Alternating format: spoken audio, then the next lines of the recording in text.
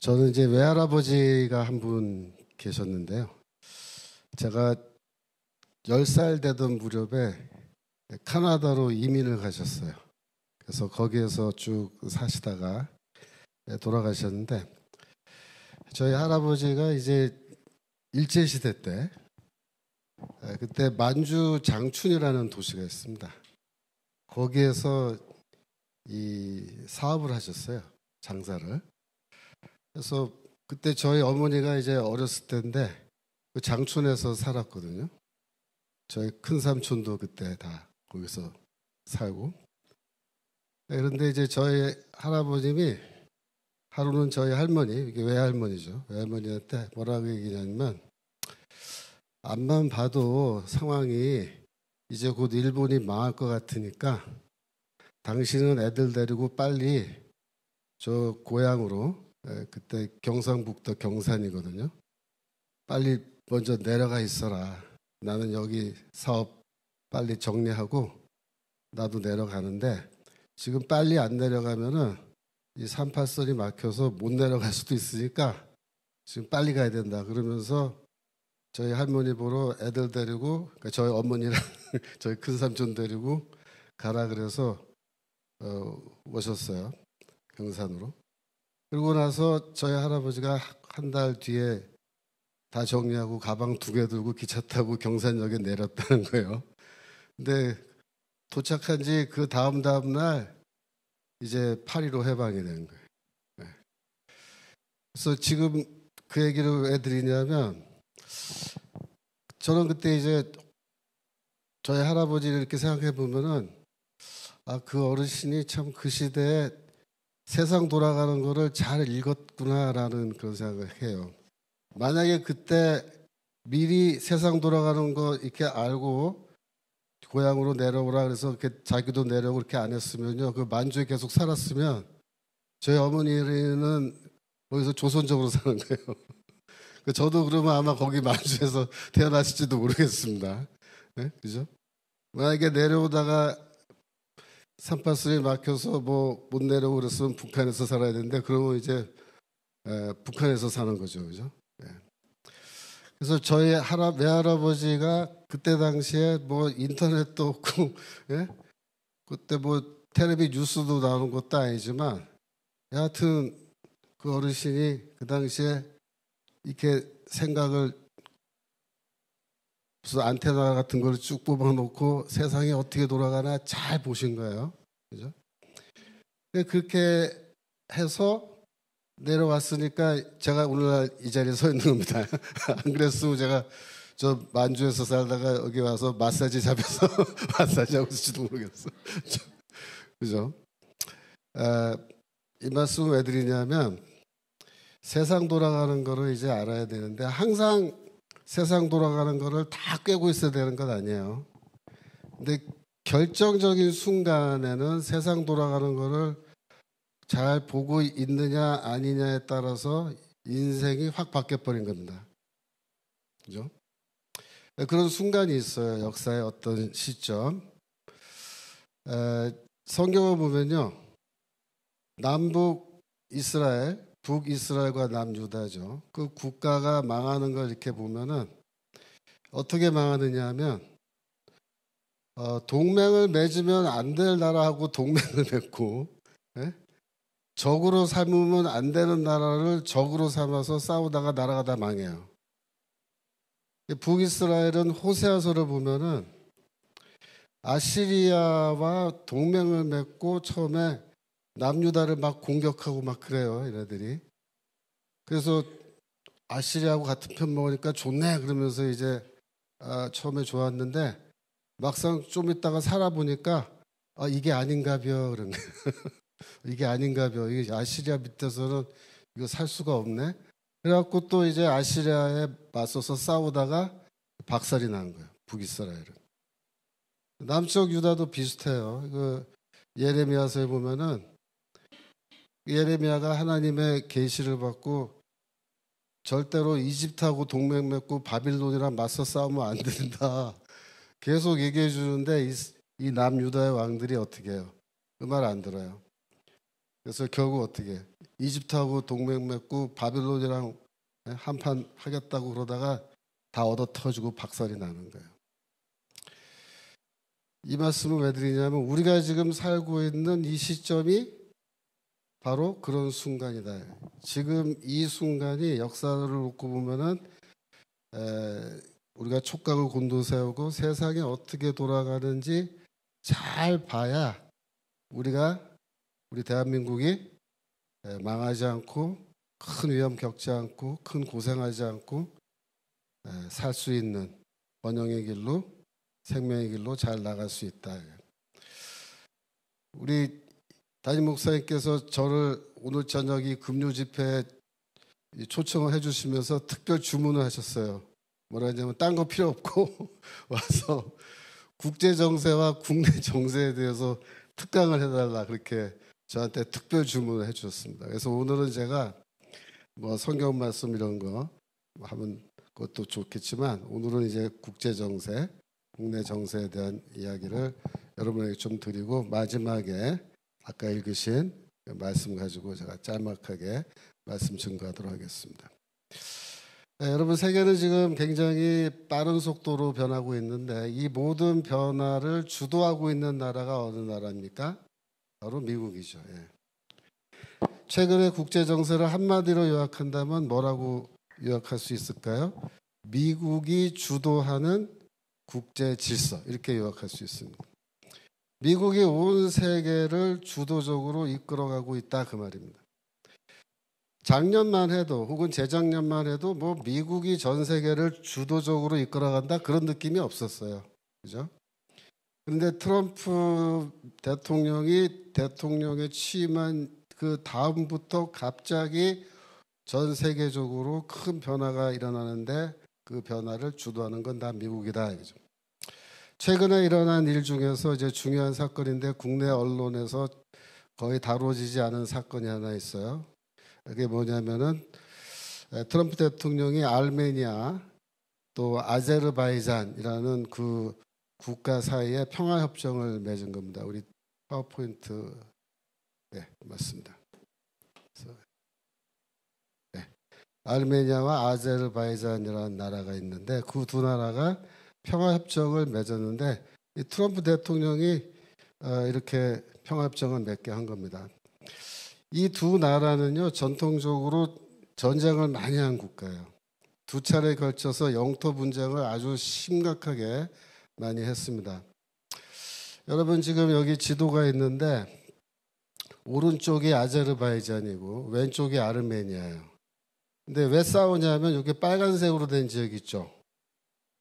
그 지역이 문제예요. 그건 나고르노 카라바흐라는 지역인데 여기가 영토는요 아제르바이잔 쪽에 들어가 있는 땅이에요. 근데 여기 누가 사냐면 아르메니아 사람들이 살아요. 그러니까 영토 분쟁이 나겠어요, 안 나겠어요? 나게 돼 있죠, 그죠?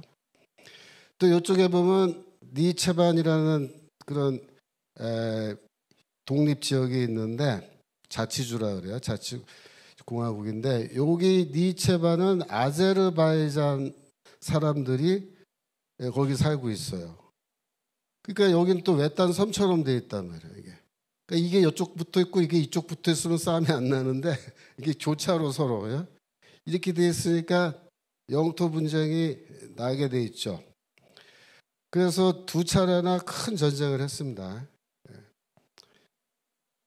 그랬는데 이 지난 8월 8일에 트럼프 대통령이 이 두 나라의 대통령과 총리를 이 백악관으로 불렀어요. 불러가지고 평화협정에 서명해라.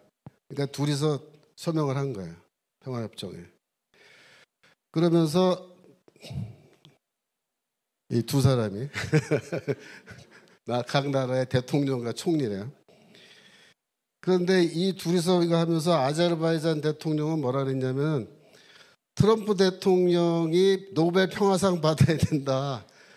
트럼프 대통령 말고 누가 노벨 평화상 받을 수 있겠느냐 그런 말을 하고 아르메니아 총리는 뭐라 그랬냐면 그 노벨 평화상 지명하는 그 초안 있으면 내가 바로 서명할 수 있을 것 같은데 초안 준비됐냐 이렇게 농담을 했다는 거야.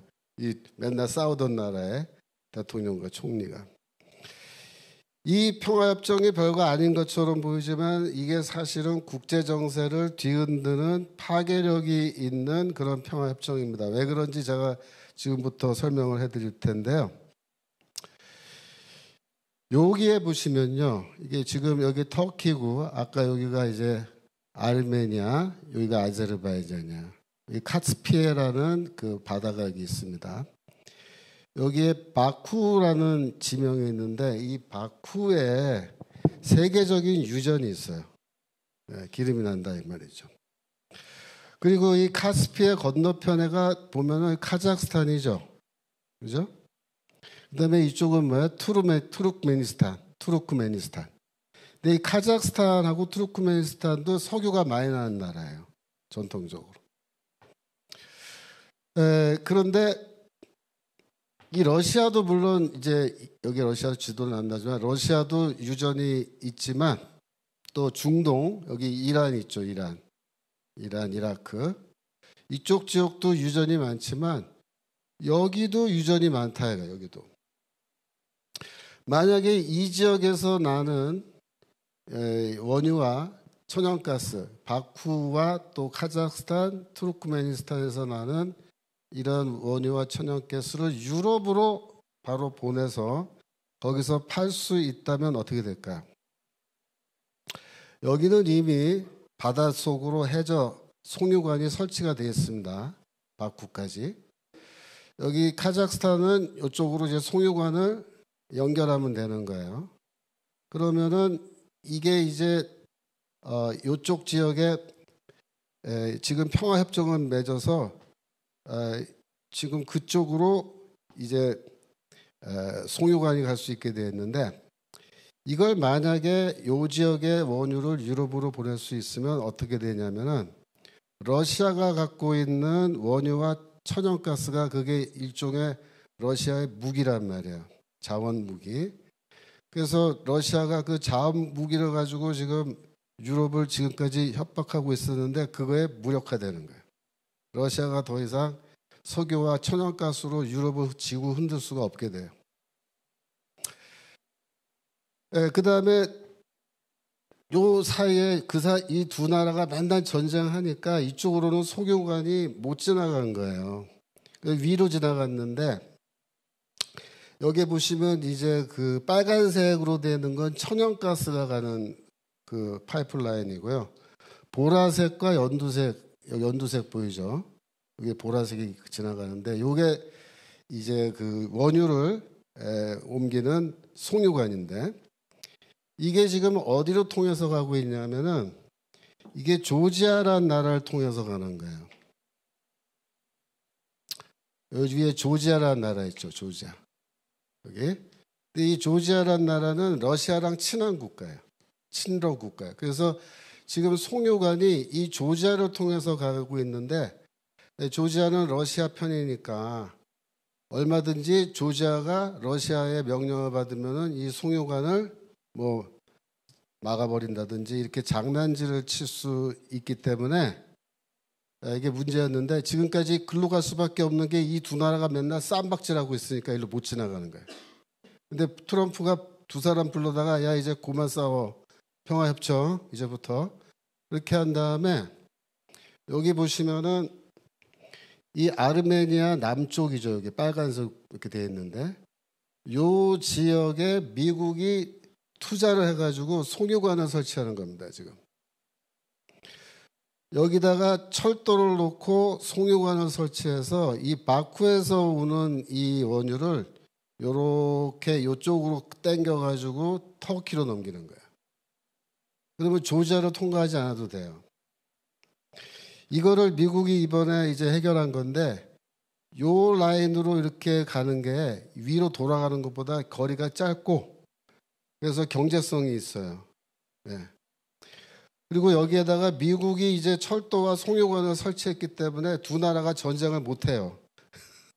전쟁하면은 미국한테 이제 혼나요. 네. 그래서 이 지역에 맨날 전쟁하는 지역이었는데 트럼프가 여기에 송유관을 새로 이 남쪽에 이렇게 만들면서 이 지역의 평화가 이제 정착이 되고, 그래서 국가와 국가 사이에 교역을 많이 하면은 평화가 증진된다라는 이 고전 경제학의 학자들의 말이 이 사실로 이제 현실로 이루어지는 건데요. 이 루트를 지금 트럼프가 제안을 하고 두 나라가 받아들인 겁니다. 그런데 이게 지금 지나가는 루트예요. 바쿠에서 이제 남쪽으로 가는 거예요. 아까 여기 빨간색 지역 통과해서 터키로 가는 겁니다. 그러니까 여기 이란이 있기 때문에 아슬아슬하게 이란 국경을 넘지 않는 선에서 국경을 끼고 이렇게 지나가는데, 이란은 지금 여기에 평화협정 맺고 여기 미국이 투자하는 거를 반대했어요. 그동안. 절대 안 된다. 우리는 허락 못 한다. 막 그랬는데 어떻게 됐어요? 예? 미국한테 두들겨 맞고 이제는 이란이 반대 못 하게 됐다면 반대 못 해요. 그래서 이란은 여기서 파워를 이제 잃어버린 거예요. 그래서 이게 그런데 왜 중요하냐? 이게 뭐 별일 아닌 것처럼 보이는데 이게 왜 중요하냐면, 이 더 큰 지도인데 여기 초록색 루트가 보이죠? 이 초록색 루트가 뭐냐면 중국의 1대1로 루트예요. 그래서 아까 원래 미국이 손대기 전에 조지아 쪽으로 지나가는 그 원유관 그 가스라인 통로 있죠. 그게 다 뭐냐면 중국의 1대1로의 연장선이에요. 이게 유럽으로 가는 이 중국의 1대1로인데, 중국이 이거 만드느라고 그냥 속된 말로 죽을 똥 쌌단 말이에요. 죽을 똥 살 똥해서 간신히 지금 1대1로 이렇게 만들어 놨는데, 트럼프가 어떻게 했어요? 여기를 딱 끊어 먹은 거예요. 딱 끊어 먹고서 그 구간을 변경시켜 놓은 거예요. 그래가지고 1대1로 구간을 일부 변경시키고 그 가운데 토막을 미국이 딱 먹어버림으로써 어떻게 됐냐면은, 비유적으로 말하면 거기에 검문소를 만든 거예요. 검문소. 여기 지나가는 건 마음대로 못 지나간다. 그래갖고 검문소 만들어 놓은 셈이고, 이걸 또 뭐라 그러냐면 미국 신문에는 트럼프가 중국의 1대1로를 납치했다. 그렇게까지 말할 정도로 지금 이것이 굉장히 큰 사건입니다.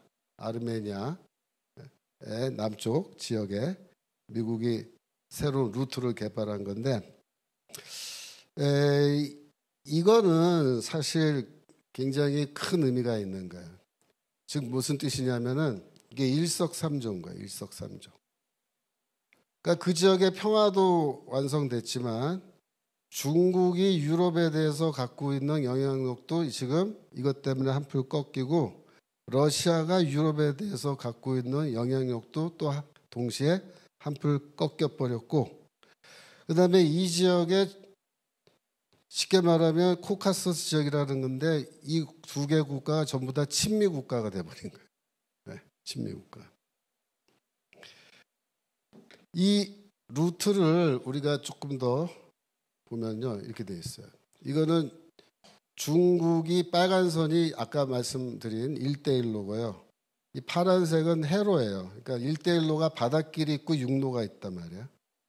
근데 이 육로를 이 부분에서 미국이 딱 잘라 먹어버린 거예요. 트럼프가. 중국으로서는 되게 화나는 일이죠. 기껏 여기까지 개척해 놨더니 유럽으로 나가는 길을 딱 잘라서 검문소 만들고 방향 확 틀어버렸단 말이에요. 여기 해로가 이렇게 돌아가는데 이 바닷길은 멀죠. 하지만 요 해로도 중국이 개발했는데, 지금 요 지역에 가면은 그 예멘 있죠. 예멘이 있는 바로 요 입구인데, 그 해협에 지금 미국이 지부티라는 곳에 미 해군 기지를 이미 만들어 놨어요. 그 중국도 그 지부티에서 15km 떨어진 데다가 해군 군사 기지를 만들어 놨거든요. 그래서 지금 미국이랑 중국이 요 지역 예멘 바로 지나서 들어가는 입구, 거기에서 지금 딱 대치하고 있는데, 요 지역에서 중국 군사 기지를 무력화시켜 버리면은 중국이 만들어 놓은 해로 1대1로도 여기서 딱 끊겨버려요. 무슨 뜻이냐면은 미국은 지금 뭐 한다? 중국을 때려잡기 위해서 저 바깥쪽에서부터 포위망을 지금 점점 이렇게 좁혀오면서 중국의 숨통을 조여가고 있다. 그런 얘기예요. 그래서 요게 지금 이렇게 됐는데 만약에 이번에 미국과 중국이 이제 힘겨루기를 해서 미국이 중국을 제압하고 중국을 완전히 길들여 버리면은 그러면 사실 우리는 이렇게 원유를 사올 필요가 없어요. 우리 지금 이렇게 원유 사오잖아요. 여기서 이렇게 어떻게 사오면 돼요? 여기 카자흐스탄 있죠. 아까 카자흐스탄에서 요 송유관 따라서 쭉 오면요 여기 대련이 있어요. 대련, 중국의 대련까지 오거든요. 그럼 우리 카자흐스탄에서 원유 사서 대련에서 받아서 배로 실어서 갖고 오든지 아니면 북한까지 정리가 되면은 이제 대련에서 북한 쪽으로 경유해서 육로로 원유 파이프 만들어서 원유 수입하면 훨씬 더 빠르게 안정적으로 싼 값에 원유를 공급받을 수 있게 되는 거예요. 이게 지금.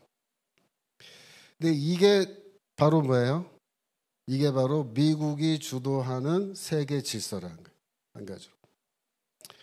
중국이 주도하는 거 아닙니다. 중국이 주도하는 세계 질서 이제 그런 거 없어요. 뭐 러시아가 주도하는 세계 질서 없습니다. 유럽이 주도하는 세계 질서 그런 거 없어요. 이제 미국이 주도하는 세계 질서입니다. 그래서 미국이 뭘 하는지 어떤 방식으로 좀 이거 하는지를 잘 봐야 돼요. 그런데 여러분 이거 한번 보세요. 아까 여기 조그만 아제르바이잔 지역 거기에 그 짧은 기간 구간이지만 그거 딱 잘라서 평화협정 맺게 하고 거기에 미국이 투자해서 파이프 쫙 나가지고 이렇게 해서 러시아하고 중국을 동시에 뒤통수를 매겨놓고 힘을 쫙 빼놓는다라는 그런 전략을 트럼프가 대통령 되기 전에 계획을 세워놨을까요? 아니면 대통령 되고 나서 최근에 계획 세워서 했을까요? 여러분 생각 어떨 것 같아요?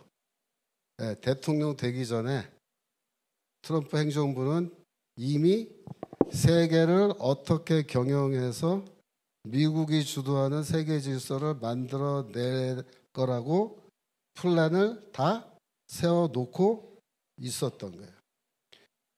6개월 안에 이렇게 많은 일들이 일어날 수가 없어요. 이건 다 계획적으로 하나하나 하는 거예요. 그러니까 지금 주도 면밀하게 미국이 이렇게 해오는데 뭐 이란도 그렇죠. 우크라이나 또 전쟁도 그렇고 아르메니아 뭐 지금 베네수엘라 지금 손보고 있잖아요. 그죠? 이게 다 뭐예요? 하나하나 순서대로 지금 하는 거 순서대로. 그 순서에 뭐가 들어있다? 중국이 들어가 있고 그 순서에 뭐가 들어갔어요? 북한이 포함되어 있고 그다음에 또 어떻게 해요? 대한민국도 그 안에 포함되어 있는 거예요 지금. 트럼프가 2월 달에 취임해서 지금 겨우 6개월 됐는데 세계 질서가 이만큼 변했어요. 그럼 앞으로 얼마나 더 변할까요? 그죠? 지금 상상이 잘 안 될 정도라면. 그러니까 지금 반서방 국가라 그래서 브릭스 뭐 이래가지고 그 연합 나라가 있긴 있죠. 근데 그 브릭스 국가의 리더격인 러시아, 중국, 이란, 그죠? 지금 차례대로 무너뜨려 가고 있는 거예요. 지금 그러니까 이미 망한 나라 이란, 그죠? 두 번째 망하고 있는 나라 러시아, 앞으로 망할 나라 중국. 그 순서로 하는 거예요. 네, 여러분들이 이란 문제도 잠깐 보시면 중동에 원래 그 사우디아라비아, 쿠웨이트, 뭐 유나이티드 에미레이트 등등 친서방 국가도 있었지만 반서방 국가도 많았어요. 그러니까 여기 보시면은 그죠? 친서방, 반서방 딱 나오잖아요. 이게 초록색, 그죠? 친서방이죠. 그랬는데 이라크, 이란, 시리아, 뭐 레바논 민병대 등등 이 이란이 여기서 이제 반서방 세력의 리더였단 말이야. 그랬는데 이스라엘 하마스 전쟁 터지면서 레바논이랑 시리아는 이스라엘이 다 손을 봐줬죠, 그죠? 그러니까 이란 하나 남았는데 이번에 미국이 이란 핵시설 폭격하고 완전히 이란 KO 됐는데, 아니 뭐 그 핵시설 하나 파괴한 게 뭐 대수냐 이렇게 생각할지 모르지만, 이란이 그동안 이 중동에서 이렇게 큰 소리 치면서 이 중동의 맹주 노릇을 할 때는 그 뒤를 누가 지원해 줬냐면 중국이 다 지원해 준 거예요. 그래서 이란이 큰 소리 뻥뻥 치고 있었던 거예요. 그랬는데 이번에 미국이 이란 폭격하고 이렇게 할 때 중국이 입 뻥끗도 못했어요. 거기에 대해서 그냥 입 꼭 다물고 그냥 조용히 있었어요. 그 무슨 뜻이죠? 중동에서 중국의 영향력이 완전히 사라졌다. 사실 우크라이나 러시아 전쟁도 중국이 뒤에서 러시아 계속 도와준 거예요. 아시죠? 러시아의 석유를 누가 사줬어요? 중국이 사줬어요. 그래서 위안화로 돈을 받아가지고 그 돈으로 중국에서 러시아가 필요한 물건 다 사간 거예요. 그러니까 이 우크라이나 러시아 전쟁도 사실은 중국이 다 뒤를 봐준 건데, 이제 어떻게 될까요? 우크라이나 전쟁 마찬가지라면 지금 마찬가지로 가고 있어요. 그래서 이 우크라이나 전쟁에 대해서는 얼마 전에 푸틴 러시아 대통령과 트럼프 대통령이 알래스카에서 만나서 회담하고 그 다음 날 뭐 백악관에서 젤렌스키도 오고 그다음에 유럽연합 지도자들이 다 와가지고 뭐 회의하고 그래가지고 곧 종전이 될 것 같이 보였는데 지금 아직 종전 안 됐죠. 계속 전쟁은 진행 중인데 지금 현재 그 러시아가 종전안을 놓고 이제 고민하고 있는 거예요. 어떻게 해야 되나. 그러니까 미국은 이 회담하면서 러시아에게 당근을 많이 제공했어요. 근데 뭐 당근이 뭐냐면은 뭐 기본적으로 러시아 경제 제재 다 풀어주고 그다음에 러시아가 자원을 개발하는데 미국이 도와준다. 미국 회사들이 다 도와주고 개발된 자원은 미국이 다 사준다. 사준다.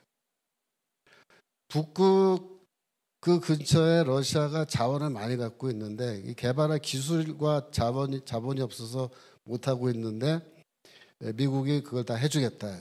그다음에 러시아는 북극 항로라 그래요. 겨울에 얼음이 얼기 전에 그 북극 항로를 개발하면은 굉장히 짧게 빠른 시일 안에 물건을 이제 아시아나 유럽이나 미국 쪽으로 다 이제 배달할 수 있는데 그 북극 항로도 이제 열 수 있게 해준다. 그래서 이번에 회담할 때 러시아 쪽에서 경제 관료와 기업인들이 잔뜩 왔어요. 사실 우리나라 뉴스에서 그런 거 전혀 얘기 안 해서 그러는데 잔뜩 와서 다 이미 이 아이디어는 다 공유가 돼 있는 거예요. 근데 미국이 그렇게 도와줄 때 조건이 뭘 것 같아요? 조건은 뭐냐면 러시아는 앞으로 중국에 줄 서지 말고 미국에 줄 서야 된다. 그겁니다. 쉽게 말하면 러시아는 중국을 배신해야 된다. 브릭스 그런 거 이제 나와야 된다. 러시아는 지금 고민하고 있죠. 그죠? 푸틴이 고민하고 있는데 지금 푸틴 입장에서는 중국 배신 때리기 제일 좋은 시점이에요.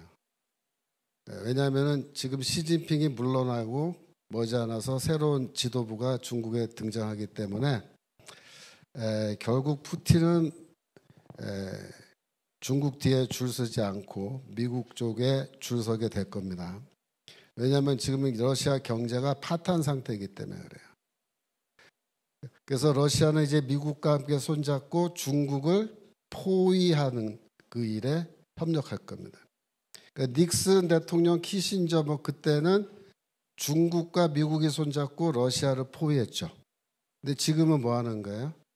미국이 러시아와 손잡고 중국을 포위해서 중국을 완전히 주저앉히는 거예요. 지금 우크라이나도 전쟁을 지속할 능력이 없어요. 전사자들이 너무 많이 나와가지고 또 탈영병들이 너무 많이 나와가지고 지금 병력이 없어요. 지금 몇 살부터 징집하는 줄 아세요? 남자아이들? 14살부터 징집해요. 14살. 그럼 몇 살까지 남자들 징집할 것 같아요? 지금 70대를 징집하고 있습니다. 더 이상 병력이 없어요. 그래서 14살도 군대 잡혀가고 70이 넘어도 군대 가야 돼요. 우크라이나는. 이번 가을이 되면은 그때는 어떻게 되냐? 80대를 데려가겠다는 거예요. 80 먹은 할아버지가 총 메고 이제 군대 가는 거야. 웃기지? 우리 애들이 막 웃기다고. 그래서 전쟁 못 해요. 러시아도 마찬가지죠. 전쟁하면 할수록 손해. 그러니까 미국은 사실상 이 우크라이나 러시아 전쟁에서 손을 뺐습니다. 어떻게 뺐어요? 유럽한테 넘긴 거예요. 짐을. 앞으로 너희가 마음대로 해라. 유럽이 알아서 해라. 전쟁하고 싶으면 해. 근데 우리 돈으로는 안 돼. 유럽 돈으로 하고 싶으면 실컷 해.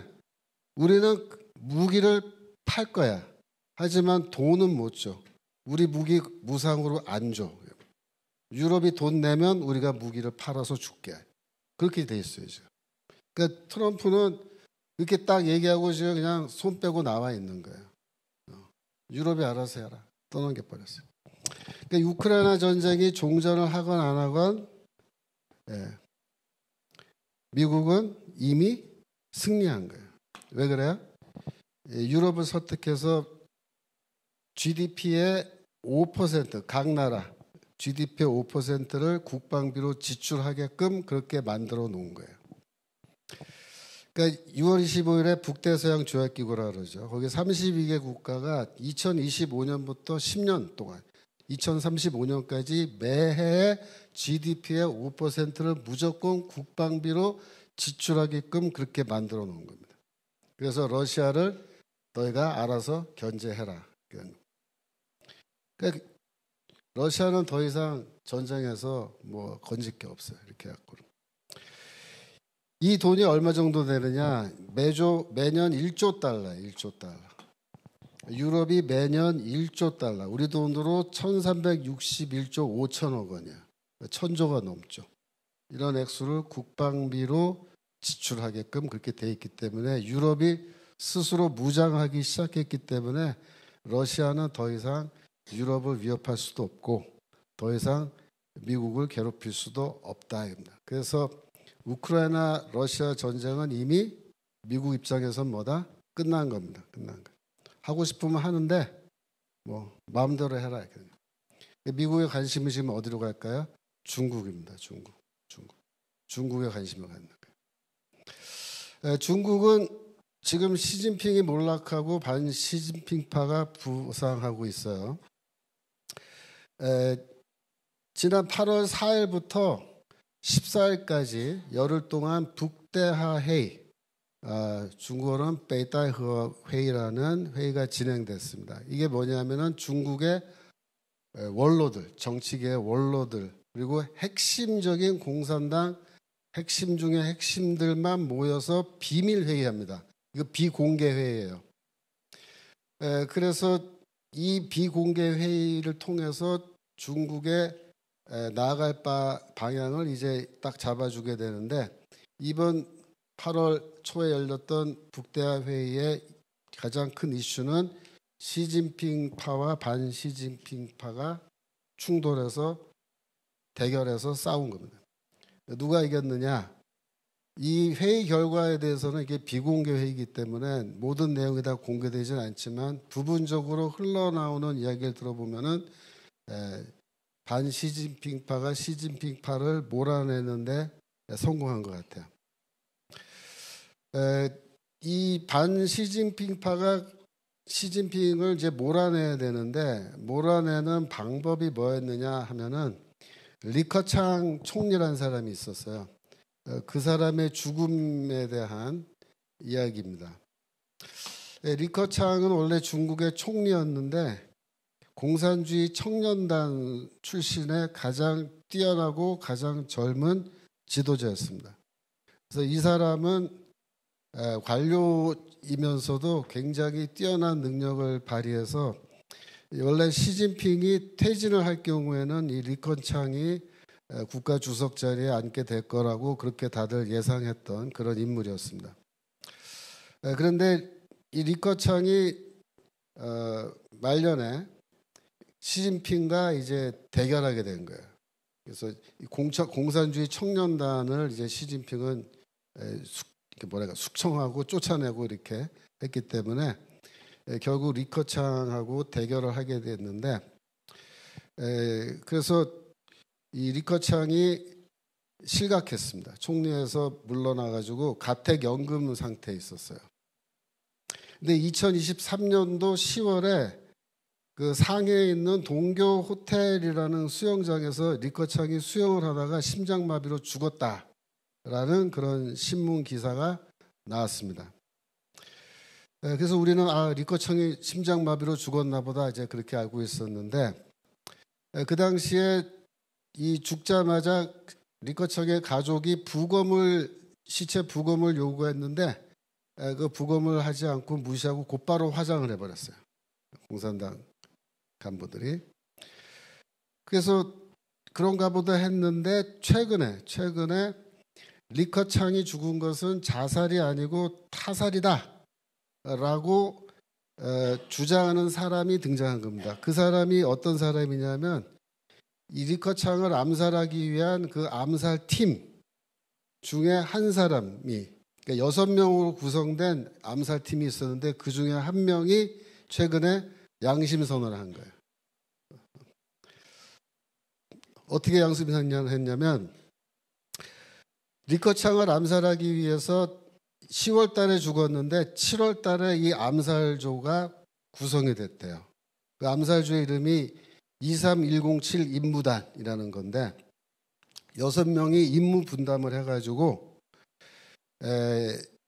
이 죽일 때 어떻게 죽였냐면 수영장에서 그 음료를 마시는데 음료에 독국물을 탄 거예요. 근데 그게 인민해방군에서 만든 독국물인데 무색 무취의 독국물인데 마시면은 심근경색이 바로 일어나서 죽게 돼 있다는 거죠. 그래서 이 6명이 이 리커창을 죽이기 위해서 42차례나 연습을 했다는 거예요. 자기들끼리. 팀워크를 맞추기 위해서 죽이는 연습을 42차례나 했다는 거예요. 그러고서 드디어 그날 이제 독국물을 타서 리커창에 마시고 수영하다가 심근경색이 나서 물속에서 허우적 하는데 그걸 다 이렇게 보고 있었다. 끝까지 다 보고 있다가 완전히 물속에 꼬르륵 빠져서 죽은 다음에 이제 건져가지고, 그래서 리커창을 어디로 데려갔냐면 상해에 있는 서광병원이라는 한방병원으로 데려갔다는 거예요. 양방병원도 아니고 상해 한방병원으로 데려가서 갖다 놨는데 나중에 그 심장 전문의들이 이제 뛰어왔는데 이미 그땐 죽었다는 거죠. 이게 지금 양심선언을 한 거예요. 그래서 이 반시진핑파가 시진핑을 몰아낼 때에 뭘 구실로 삼았냐면은 리커창 암살한 거. 그래서 이번 북대화 회의 때 이 증거를 제시하면서 이제 시진핑 몰아냈는데, 결국 생각을 해보세요. 리커창이 중국 총리인데 그 총리를 암살해서 죽이라고 명령을 누군가 한 건데 누가 명령했을 것 같아요? 네? 그죠? 결국 시진핑이란 말이에요. 시진핑. 그러니까 그러니까 총리 리커창을 죽이는 거는 시진핑 허락 없이는 절대로 이거는 일어날 수 없는 일인데 이게 일어났고, 반 시진핑파에서는 이미 이 리커창 암살에 대한 증거를 딱 확보하고 증거를 코앞에 내밀면서 시진핑한테 압박을 해서 물러나라. 그러니까 시진핑을 제거해야 되는데 이런 시진핑을 제거하려면 명분이 있어야 돼, 명분이. 그러니까 뭐 네가 경제 말아먹었다, 뭐 그런 거 갖고는 이게 쫓아내기 힘듭니다. 국가 주석이기 때문에. 그런데 암살을 지시했다. 그러면 어떻게 될까요? 물러날 수밖에 없는 명분이 충분히 되는 거예요. 그래서 북대화 회의 때 이 문제를 놓고 아마 양쪽이 충돌을 했을 거고, 그래서 소문이 뭐라고 나왔냐면 죽은 리커창이 살아있는 시진핑을 잠든다라는 말이 북경에서 유행했다는 겁니다.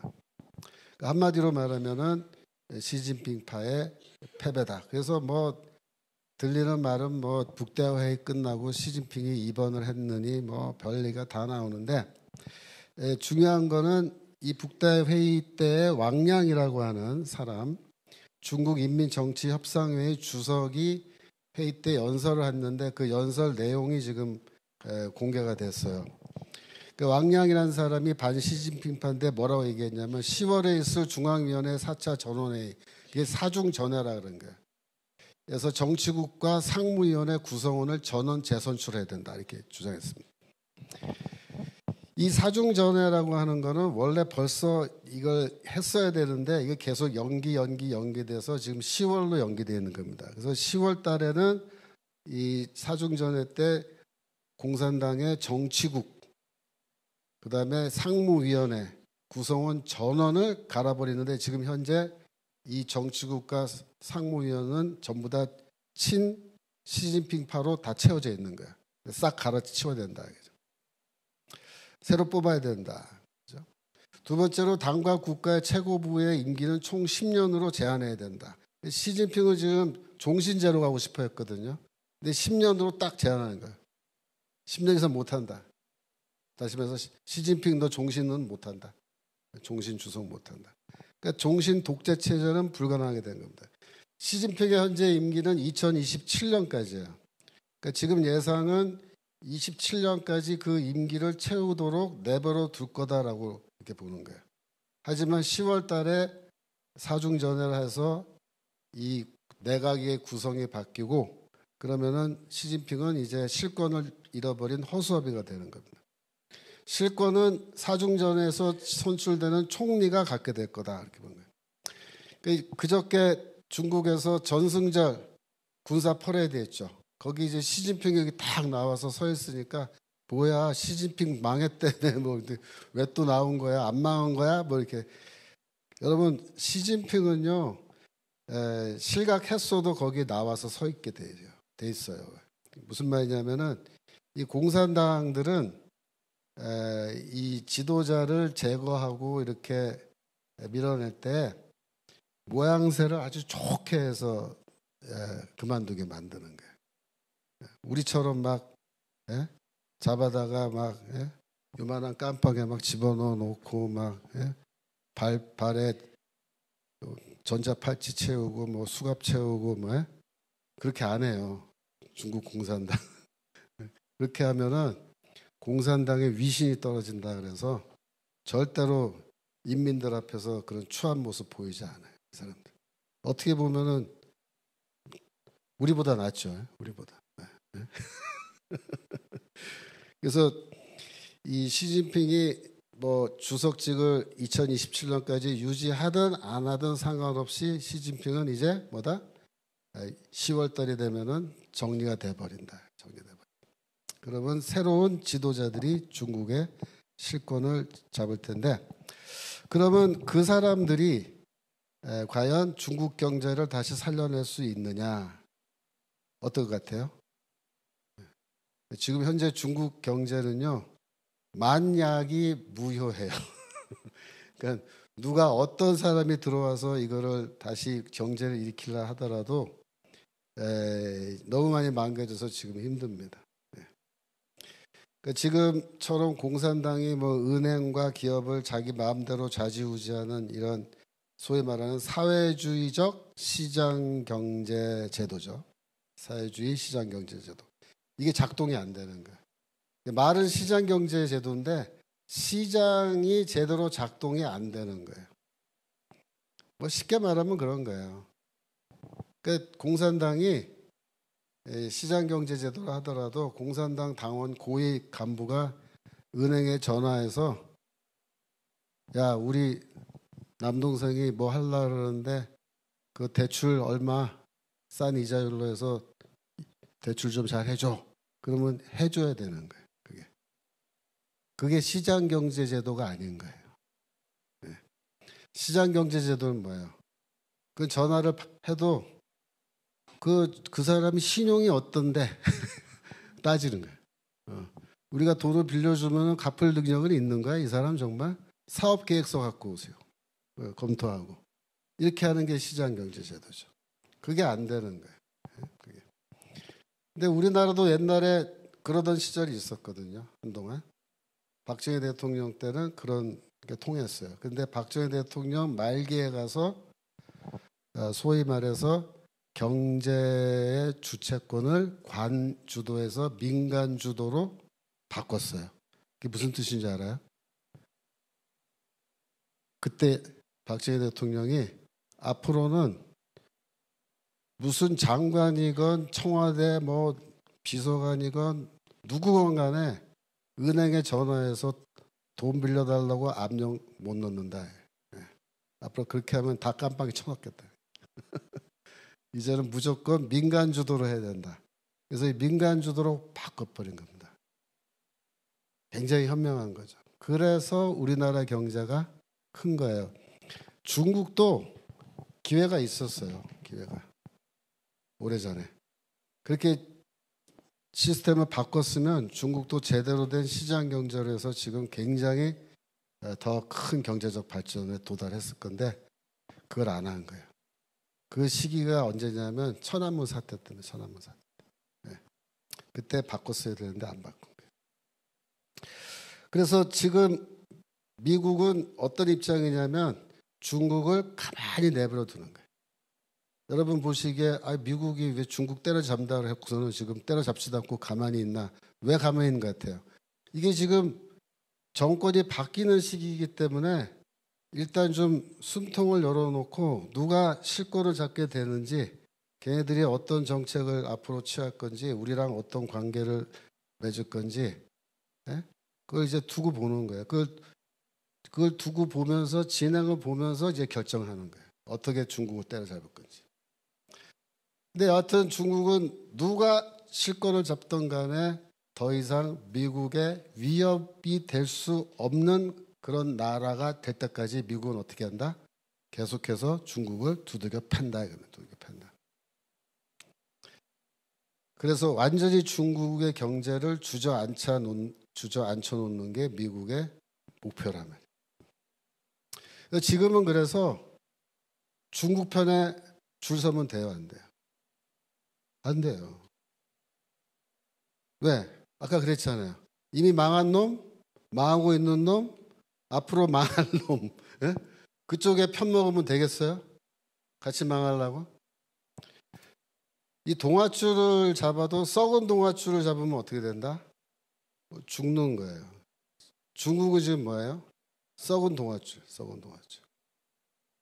근데 우리나라에는 지금 친중 세력이라 그래요. 친중 세력. 정치권, 뭐 경제권에 언론 뭐 할 거 없이 학계에도 친중 세력들이 워낙 지금 많이 양성이 돼 있어서 이 사람들이 끝까지 이 썩은 동아줄 중국을 잡겠다고, 중국을 잡아야 살 수 있다고, 중국 뒤에 줄 서겠다고 그렇게 지금 노력하고 있는 거예요.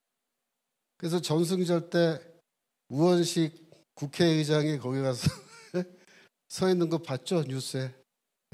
거기 시진핑이랑 푸틴이랑 김정은이가 셋이 앞에 딱 서 있는데 거기 우리나라 국회의장이라는 사람이 거기 같이 가서 옆에 서지도 못하고 들러리 서고 있는 그런 모습.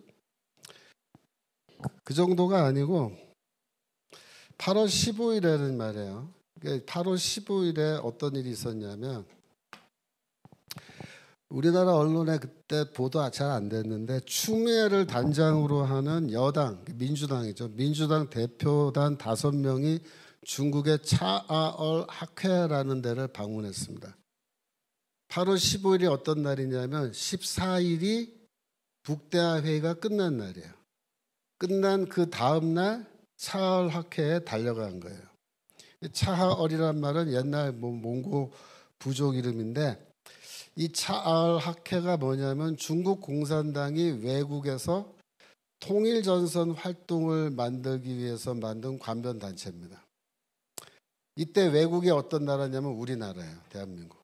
그러니까 대한민국에서 중국이 통일전선을 만들기 위해서 만든 이 관변기관이 차아얼 학회인데 이 공자학원은 뭐예요? 학생들 포섭하고 교수들 포섭하는 거거든요. 대학교에서.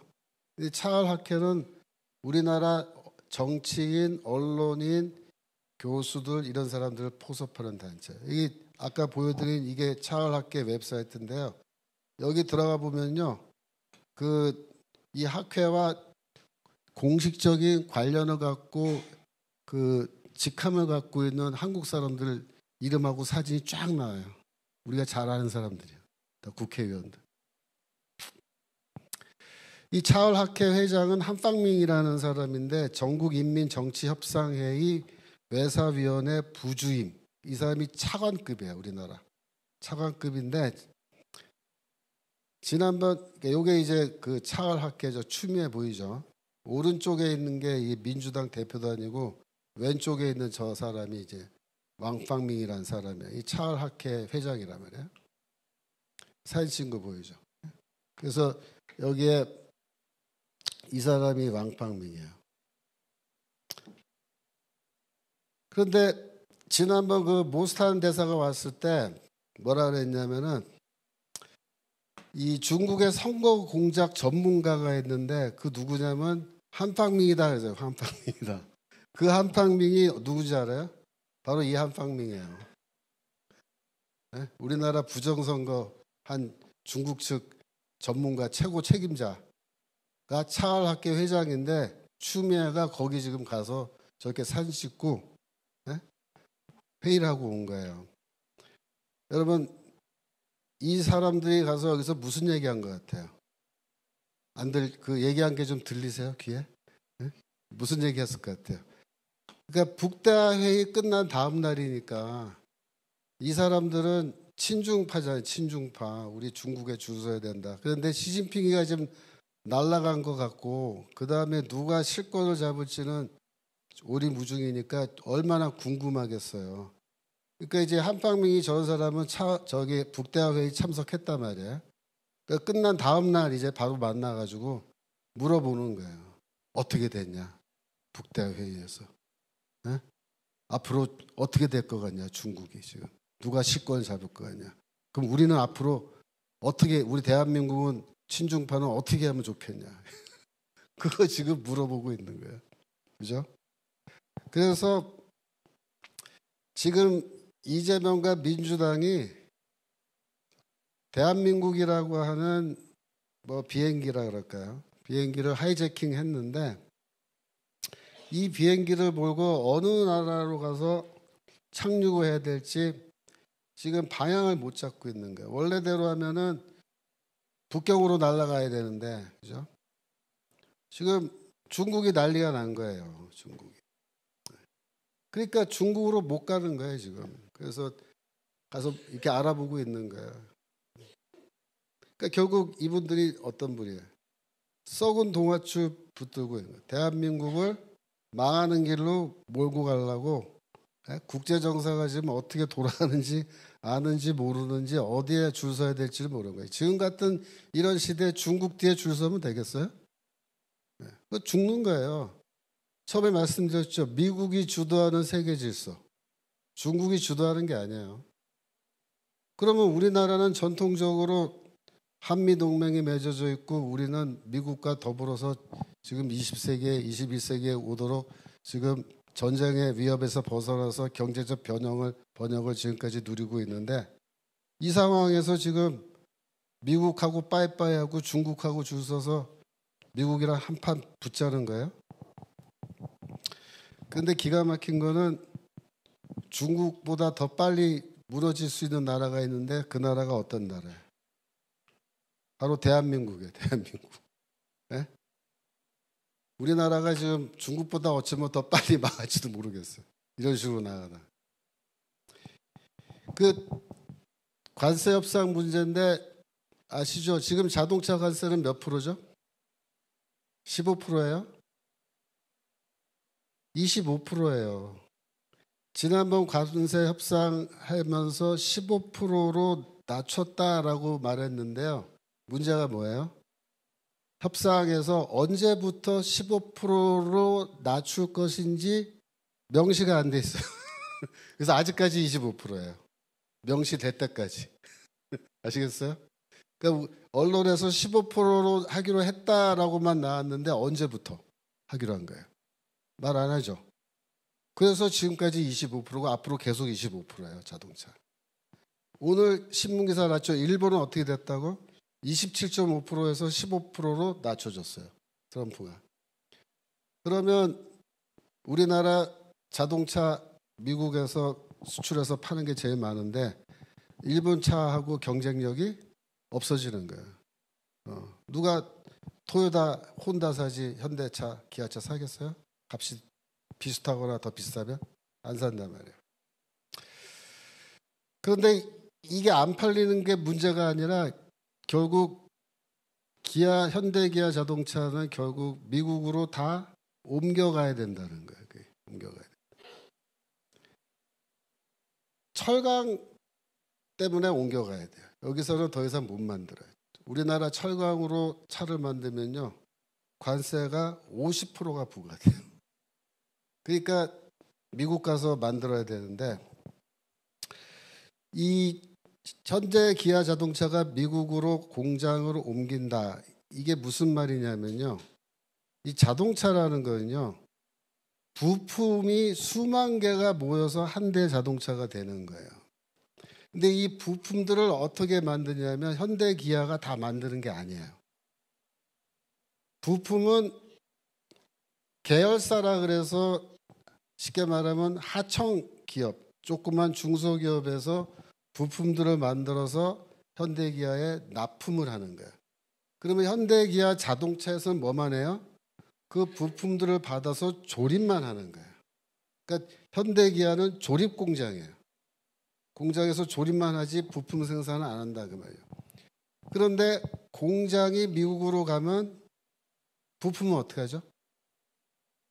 부품은 여기서 미국으로 수출하면 될 거 아니냐. 지금까지는 그랬어요. FTA 협정 때문에 부품 회사들이 미국으로 부품을 수출할 때 관세가 0%였어요. 근데 이제부터는 FTA가 끝났단 말이에요. 그래서 부품을 수출하면 부품에 관세가 붙어요. 그러면 원가가 올라간단 말이에요. 그러면 현대 기아가 미국으로 공장 옮긴다 그 말은 무슨 뜻이에요? 부품 회사들이 다 따라가야 되는 거예요. 안 따라가면 부품을 생산해도 사줄 사람도 없어요. 그죠? 그래서 지금 문제는 현대 기아 차만 뭐 미국 가면 그런 문제가 아니라 몽땅 다 부품 회사까지 다 미국으로 옮겨가야 되는 거예요. 그죠? 아니면 공장 문 다 닫아야 돼요. 그러니까 여러분들이 이제 앞으로 현대 기아차를 한 대 사서 타고 싶다 그러면요. 이제 제가 하는 말이 맞나 틀리나 두고 보세요.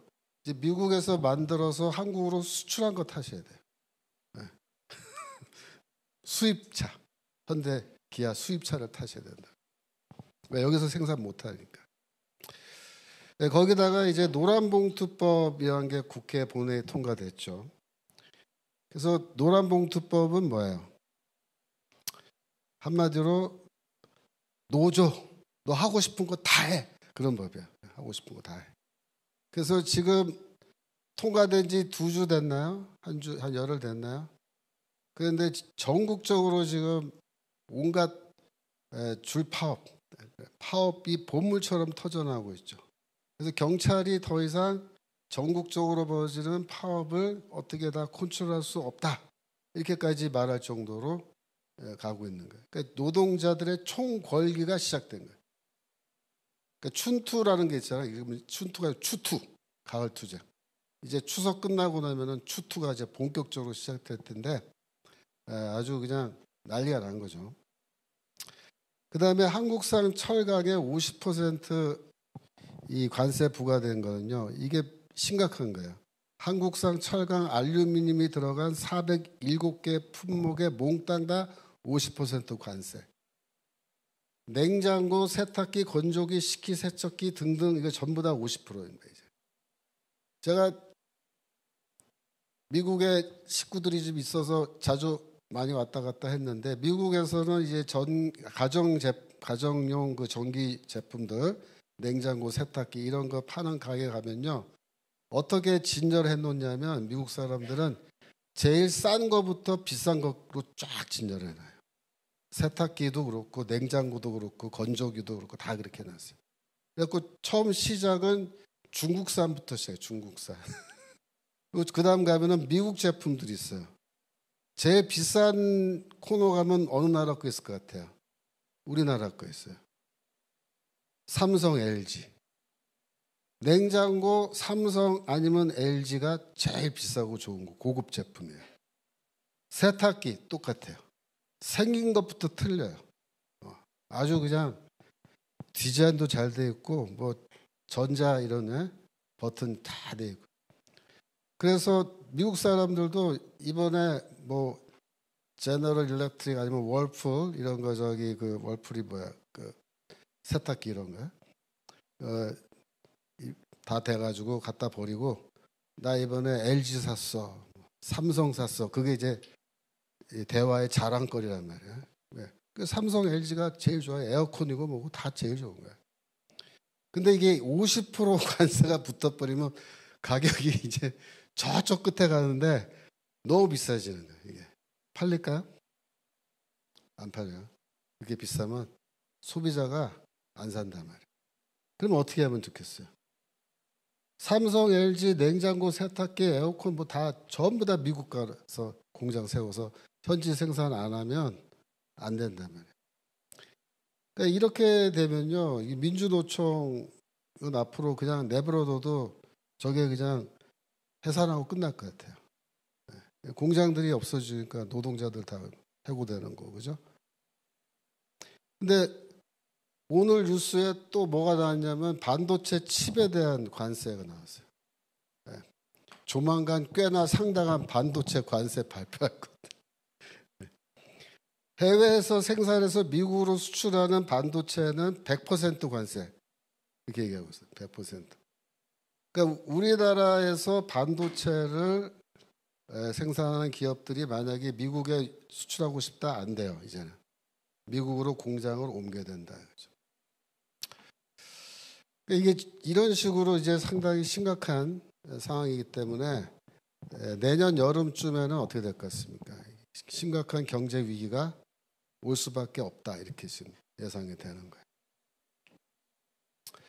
스테이블 코인과 다가오는 경제적 혼란 문제인데 지난 7월 17일 날 미국 의회에서 암호화폐에 대한 관련 법안 3개가 통과되었고 대통령이 곧바로 다 사인해서 지금 법안은 치료 중입니다. 그중에서 제일 중요한 법안이 지니어스 법안이라는 건데 이 지니어스 법안의 핵심은 뭐냐면 미국 달러에 연동되는 암호화폐를 만든다는 거예요. 그 암호화폐를 스테이블 코인이라고 부르는 거예요. 그럼 스테이블 코인을 누가 만드느냐, 누가 발행하느냐. 이 법안에 따르면요, 누구든지 다 할 수 있어요.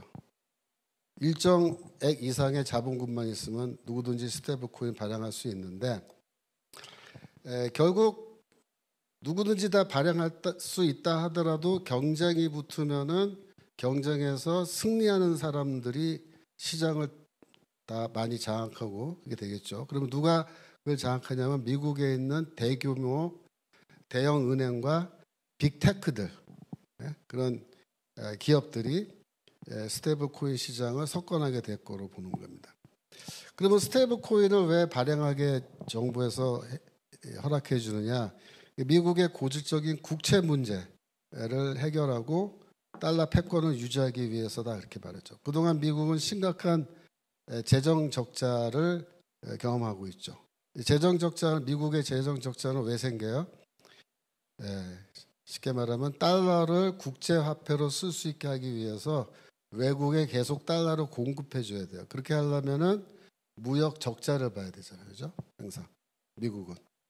그래서 그 적자를 메꾸기 위해서 채권을 발행해서 그 빚을 계속 지는 거예요.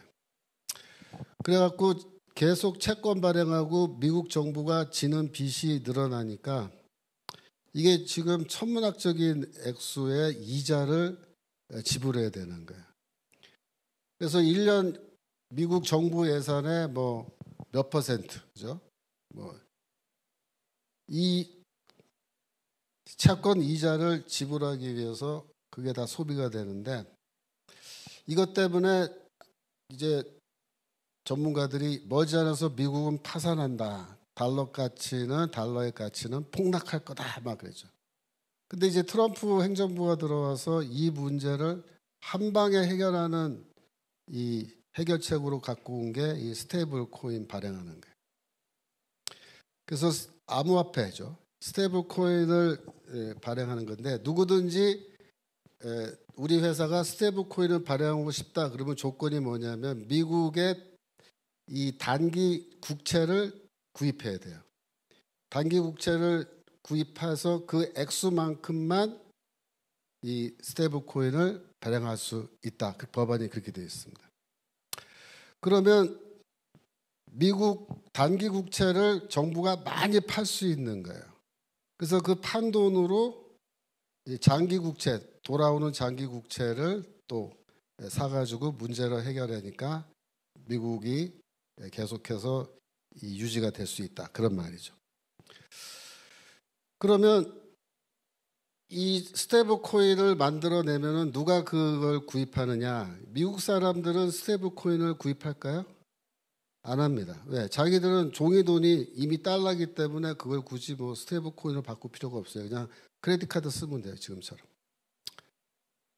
미국 밖에 있는 사람들이 이 미국의 스테이블 코인을 구입하게 되는 겁니다. 왜? 이게 달러 돈, 종이 돈하고 똑같은 가치를 갖고 있기 때문에 그래요.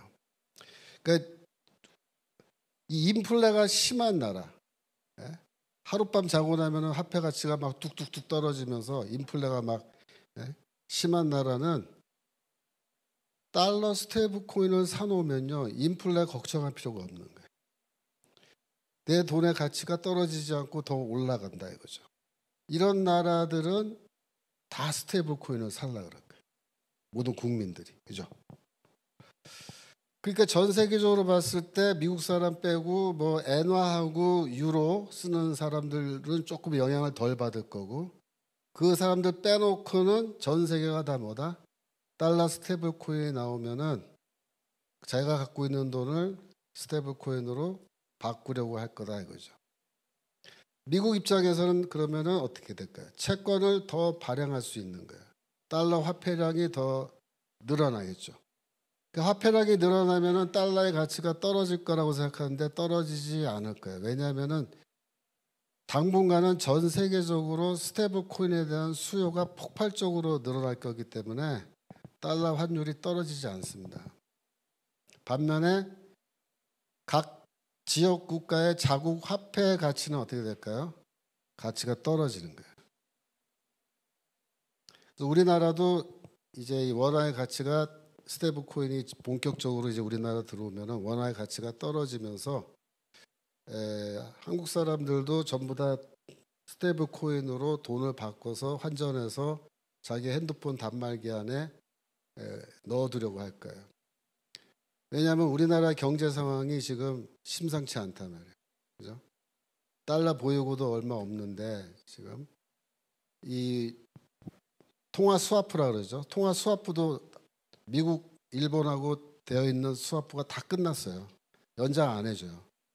그러니까 제2의 IMF 같이 달러 부족 사태가 오면요 순식간에 막 달러 환율 오르고 우리나라 돈 가치 막 바닥을 때리고 막 그렇게 될 수도 있다 이거죠. 그러니까 불안하니까 어떻게 돼요? 그럼 나 돈 다 스테이블 코인으로 바꿔놓을 거야. 그렇게 돼요.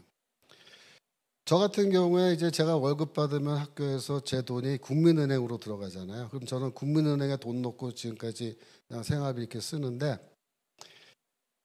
이제 상황이 이렇게 되면 어떻게 되겠어요? 저 같은 사람도 야 이거 원화 갖고 있다가 이거 같이 떨어지면 이거 휴지조각 같이 되면 안 되니까 돈 생기면 생길 때마다 바로 스테이블 코인으로 바꿔서 제가 전화기 안에 넣어놓을 거 아니에요.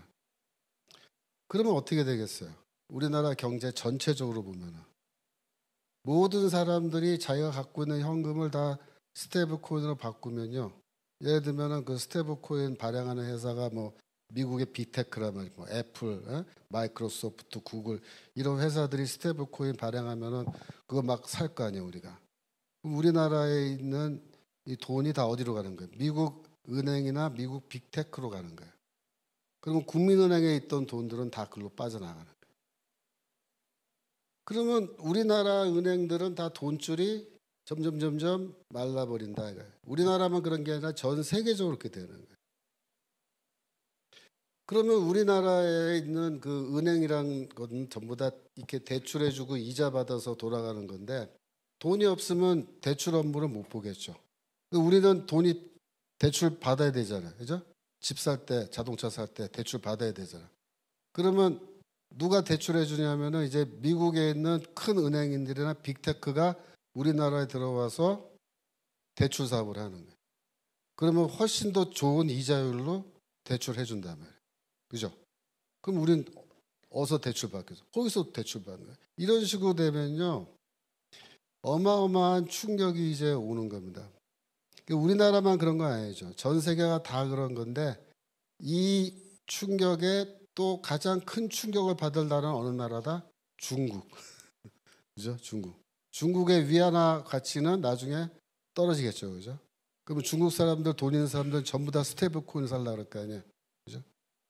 그래서 이게 화폐 개혁을 능가하는 그런 변화가 우리에게 일어나는데, 이거 쓰나미 같은 현상인데, 이 쓰나미에 과연 대항할 수 있는 나라가 있느냐?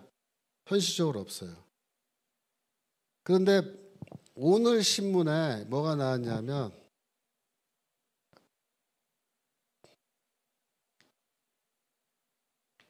오늘 신문에 뭐라고 나왔냐면은, 한미 회담 때 왜 공동성명이 발표되지 않았느냐, 그 이유에 대한 기사가 나왔어요. 뭐라고 나오냐면, 트럼프가 공동성명도 발표 안 하고 이재명이 백악관 떠날 때 배웅도 안 나왔잖아요. 왜 그렇게 됐냐면 그 기사입니다. 트럼프 대통령이 지난달 25일 백악관에서 회담 끝나고, 회담한 직후에 트루스 소셜, 자기 SNS죠. 뭐라고 얘기했냐면, 미국 대통령으로서 미국 기술 기업들을 공격하는 국가들에 맞설 것이다.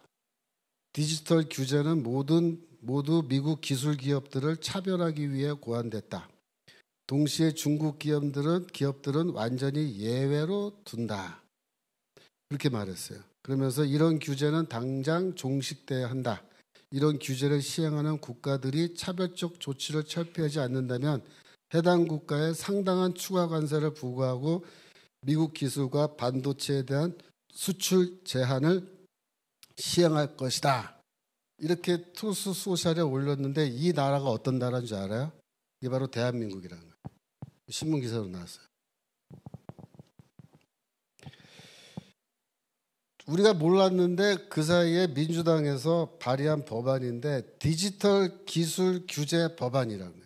디지털 기술 규제 법안이란 법안이 이제 국회에 상정되어 있다 그래요. 그걸 지금 트럼프가 지적한 거라는 거예요. 그 법안을 철회하라는 거예요.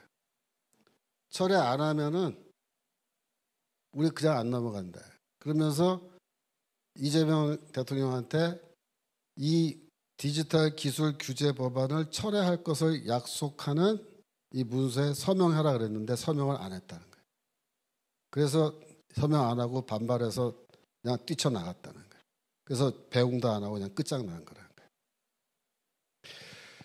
그래서 이 디지털 기술 규제 법안이 대체 내용이 뭐냐? 제가 그걸 좀 알아보려고 그랬는데 제가 오늘 시간이 좀 부족해가지고 리서치를 많이 못했어요. 그래갖고 이제 챗 GPT에도 막 물어보고 그랬는데 그 챗 GPT의 그 대답이 뭐냐면은 이 법안이 겨냥하고 있는 거는 미국의 스테이블 코인이 국내에 들어오는 것이다. 그렇게 대답을 해요. 즉 제가 지금 말씀드린 것처럼 미국이 스테이블 코인을 발행하고 그것이 우리나라로 들어오면은 순식간에 우리나라의 화폐 개혁을 능가하는 엄청난 경제적 충격이 오고 국내 모든 자본과 현금이 외국으로 나가는데 외국 자본이 나가는 게 아니라 국내 자본이 나가는 거죠. 그죠? 그래서 이게 우리나라 경제에 엄청난 충격을 줄 건데 그거를 규제하기 위한 법안을 지금 국회에 만들어서 올려놨다는 거예요. 그래서 이 법안이 겨냥하고 있는 것은 미국 스테이블 코인이 국내에 들어오는 것을 제한하는 법안이라는 거예요. 지난 25일 정상회담 이후에 한미 정상이 공동성명을 발표하신 그 기본적인 이유는 이거라는 거예요. 그러니까 우리가 신문 기사에는 이 플랫폼, 그러니까는 그 인터넷 플랫폼에서 뭐 유튜브라든가 또 구글 이런 데서 일부 그 활동을 제한하는 그런 법안이기 때문에 트럼프가 이거를 철회하라고 요구한 거다라고만 얘기하는데 사실은 핵심은 뭐다? 스테이블 코인이에요. 스테이블 코인. 그러니까 스테이블 코인 문제가 굉장히 민감한 문제고 이재명 정부에서는 이걸 못 막으면은 정권이 무너질 수도 있다라는 위기감을 가지고 법안을 만들었고 미국은 그걸 꿰뚫어 보고 그거 철회하라고 그러니까 끝까지 못 한다 그러고 그냥 회담 깨고 나와버렸다는 거죠. 그렇게 된 거라는 거예요. 그래서 지금 상황은 지금 미국하고 우리나라 대한민국 상황은 관세뿐만 아니라 이 디지털 기술 제한 법안을 놓고 완전히 이 두 정상 간에 더 이상 대화가 불가능할 정도로 지금 깨어져 있는 거예요. 그래서 미국의 이런 요구가 있는데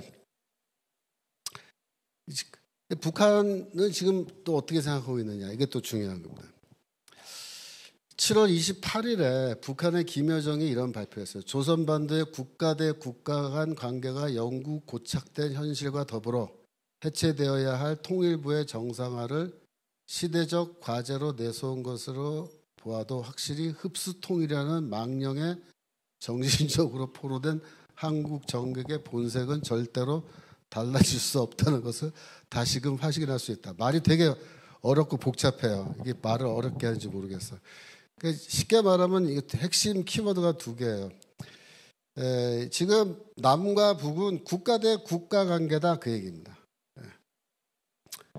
그리고 흡수 통일은 절대 안 된다. 너희들 그런 말 쓰지도 말아라. 그렇게 얘기하고 있어요.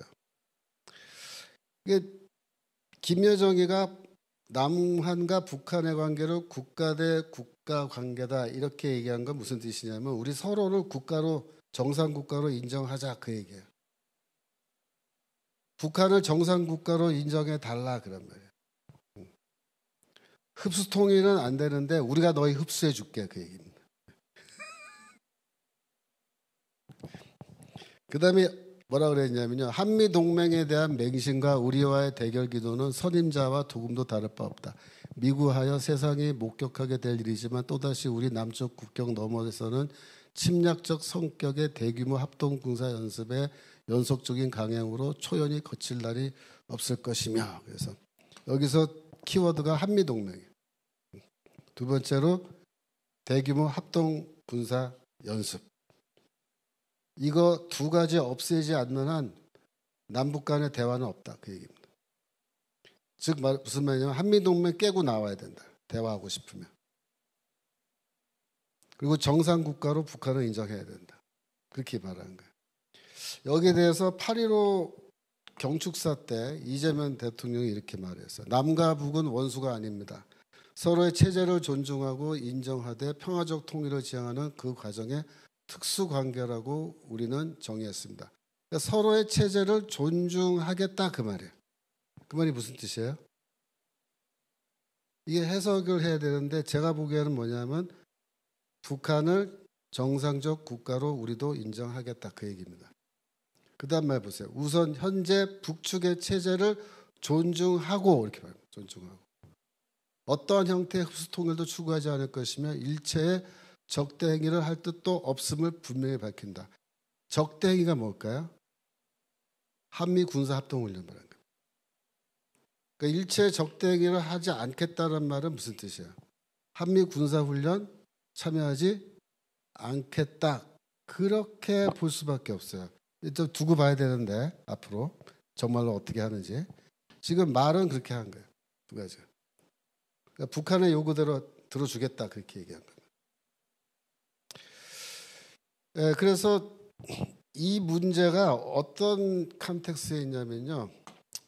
7월 18일에 이재명이 국민 눈높이에 맞게 헌법을 개정할 필요가 있다 이렇게 말했습니다. 그래서 지금 현재 내년 6월에 지방선거나 혹은 2028년 총선 때 헌법을 개정하기 위한 국민투표를 실시하겠다 그렇게 얘기한 겁니다.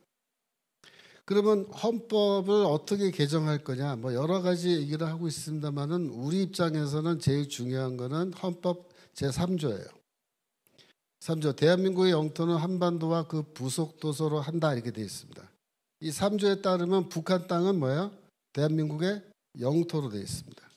그래서 북한 정부는 정상적인 국가의 정부로 우리가 인정 안 하는 거예요. 못 하는 거예요. 불법적으로 우리나라 영토를 점거하고 있는 불법 집단이다.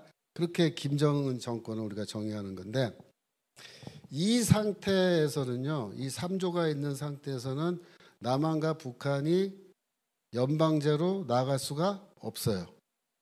근데 북한도 그렇고 남한 이 민주당 정권도 그렇고 기본적으로 연방제 통일을 당론으로 정해서 지금까지 추진해 왔는데 이 헌법 3조가 연방제 추진에 걸림돌이기 때문에 헌법 개정안을 만들 때 정말로 헌법 제3조에 손을 대는지 안 대는지를 우리가 관심을 갖고 꼭 지켜봐야 된다 그 얘기입니다. 북한은 사실상 우리나라를 정상적 국가로 인정했습니다. 23년 12월 북한 노동당 8기 제9차 전원회의에서 김정은이 이렇게 말했어요. 대한민국은 화해와 통일의 상대이며 동족으로 보면 안 된다. 철저한 타국으로 가장 적대적인 국가로 보아야 된다. 대한민국 것들과는 그 어떤 언젠가도 통일이 성사될 수 없다. 이렇게 말했습니다. 근데 여기서 중요한 말이 뭐냐면 대한민국이란 말이야. 대한민국. 그 전까지는요. 북한이 대한민국이라는 말을 쓴 적이 없어요. 처음으로 23년 12월에 북한이 우리를 대한민국이라고 불렀습니다. 그 말이 뭐냐면 우리는 너희를 정상국가로 인정하겠다. 그 얘기입니다. 그래서 우리는 더 이상 뭐 너희들하고 통일하려고 우리는 생각하지 않는다. 이렇게 말을 하고 있는데 이 말은 뭐냐면 우리도 너희를 정상적인 국가로 인정했으니까 너희도 우리를 정상국가로 인정해 달라 그 얘기입니다. 그 말은 뭐야? 헌법 3조를 개정해라 그 얘기입니다. 그러니까 북한은 지금 남한에 있는 이 친북 세력을 향해서 뭐라고 얘기냐면 헌법 3조 개정하라 그 얘기입니다. 제가 지난주에 군자역 근처를 운전하고 지나가다가 신호등 서 있는데 그 사거리에 이게 붙어 있길래 사진을 찍었어요. 뭐라 그랬습니까? 80년 분당 남북관계 새 판을 짭시다. 그래서 평화 두 국가 체제 이렇게 했죠. 무슨 당이야? 사회민주당. 사회민주당. 듣보잡이죠. 듣도 보도 못한. 근데 얘네들이 슬슬 지금 군불을 떼기 시작하는 거야. 이국가 체제로 가야 된다. 네? 그 말은 뭐예요? 북한을 정상국가로 인정해야 될 때가 됐다. 그 말은 뭐예요? 헌법 제3조를 개정해야 된다. 그 얘기입니다.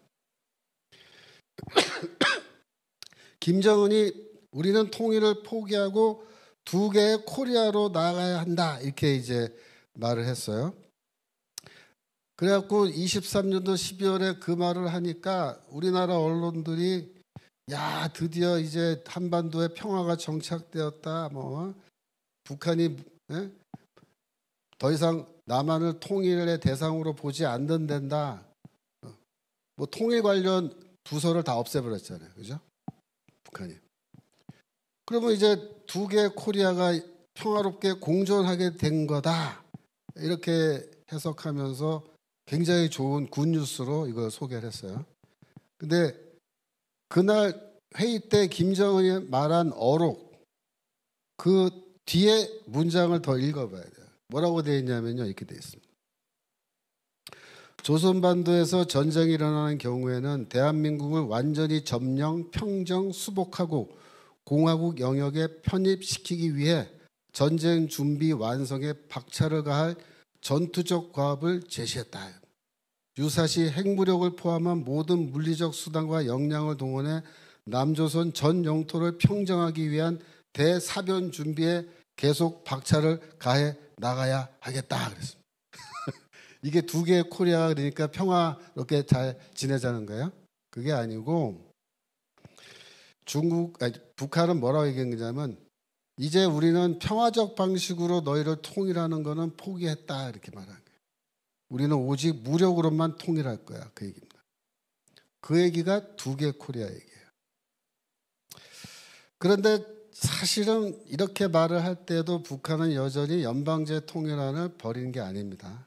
왜냐하면은 한쪽으로는 무력 통일을 막 하면서 위협을 가해야 남한의 국민들이 겁을 먹고 야 연방제라도 해. 그래야 평화롭게 살 수 있을 것 같아 북한이랑 이렇게 가는 거잖아요. 그죠?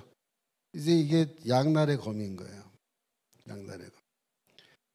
그래서 최악의 시나리오가 뭐냐면은 지금 현재 이재명 정부가 완전히 미국하고 관계를 끊고 우리는 이제 완전히 반미 정권이라고 선언하는 겁니다. 그리고 이 사실 민주당 정권의 핵심적인 실세는 이 소위 말하는 주사파란 말이에요. 주사파. 민주당 내. 우리나라의 실세는 주사파예요.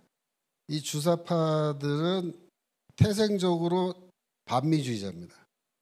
평생 그렇게 살았어요. 그렇기 때문에 얘네들은 절대로 친미로 돌아설 수 없는데 이 주사파들이 그동안은 본색을 드러내지 않고 조용히 있었는데 얘네들이 본색을 확 드러내고 이제 앞뒤 보지 않고 한 길로 막 달려가는 거죠. 그죠? 굉장히 위험한 경우인데 지금 이 전승절 사진인데요. 시진핑, 푸틴, 김정은이 나란히 저렇게 서 있는데 전승절에 이번에 대규모 군사 퍼레이드를 했는데 역대급 무력 과시를 했거든요. 이게 무슨 뜻입니까? 반서방 세력이 지금 우리가 무너지지 않을 거다 이게요. 미국에 맞서서 싸울 수 있는 우리 반서방 세력의 핵심적인 세 개의 국가 중국, 러시아, 북한입니다. 우리는 뭉친다 이거예요. 뭉친다. 절대 물러서지 않겠다. 선전포고한 겁니다. 미국에. 근데 거기에 지금 한 달이 걸쳐 있는 게 저기 우원식 동그라미 빨간색. 네. 보이시죠? 네, 여기 우원식이 구석에 저렇게 가 있는 거야. 근데 이거는 무슨 뜻이냐면은 이재명 정부가 미국을 향해서 확실하게 메시지 보내는 겁니다. 우리는 너희 편에 안 설 거야. 우린 반서방 편이야. 우린 중국 편에 설 거야. 우리를 뭐 위협해서 미국 뒤에 줄 세우려고 그래? 우리 그렇게 못해 죽어도. 이 메시지를 확실하게 얘기한 거예요. 트럼프가 회담 직전에 한국에서 혁명이 일어나고 있고 뭐 숙청이 일어나고 있다 그러면서 검찰이 교회를 급습하고 미군 기지 정보를 빼냈는데 절대로 우리는 용납할 수 없는 일이다. 그렇게 막 말했죠. 그죠?